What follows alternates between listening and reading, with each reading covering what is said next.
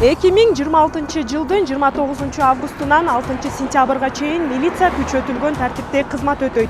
Бишкек шаарынын Чүй жана Ысык Көл областарынын аймагында айрым жол тилкелеринде убактылуу чектөөлөр киргизилип, транспорт каражаттарынын кыймылы мезгил менен убактылуу жабылат. Ички иштер министрлиги жарандарга жол тыгындарын алдын алуу максатында каттамдарын алдын ала мерчемдеп, мүмкүнчүлүккө жараша сапарга чыгуудан убактылуу баш тартууңузду суранат. Ошондой эле жол кыймылын жөнгө салып жаткан милиция кызматкерлеринин мыйзамдуу талаптарын так сактоону өтүнөт.